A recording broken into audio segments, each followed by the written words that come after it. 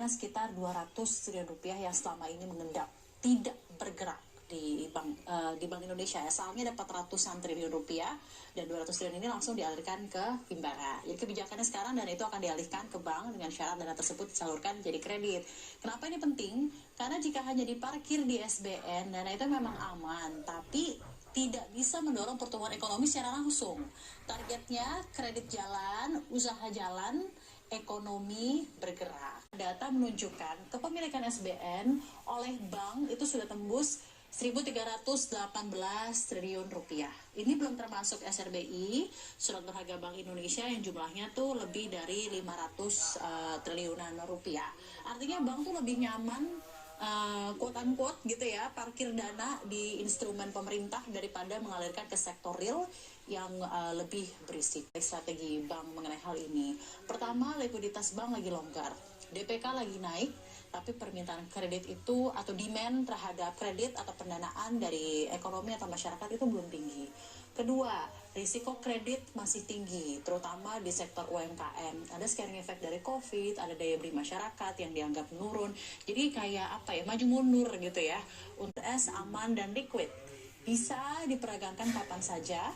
Dan keempat, pasar SBN itu juga sedang aktif. Bahkan Bank Indonesia juga ikut beli SBN. Jadi dari sisi manajemen risiko, pilihan SBN adalah strategi yang masuk akal, tapi tentunya ada trade-off gitu ya. Itu ada penurunan, secara jelas kita lihat trennya dari 2024 sampai 2025.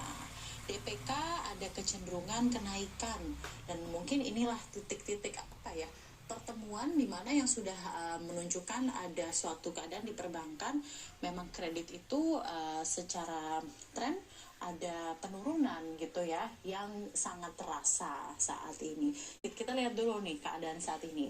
Per Juli 2025 total kredit perbankan itu sudah tumbuh sekitar 8.043 triliun.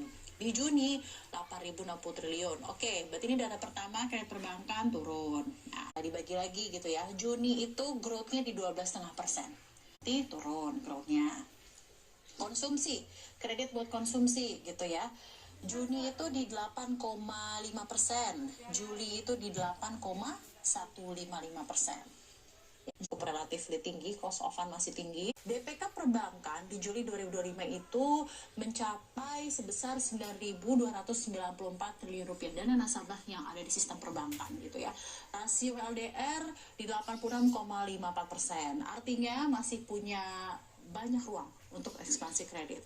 Alat liquid terhadap DPK, AL DPK 27,08%.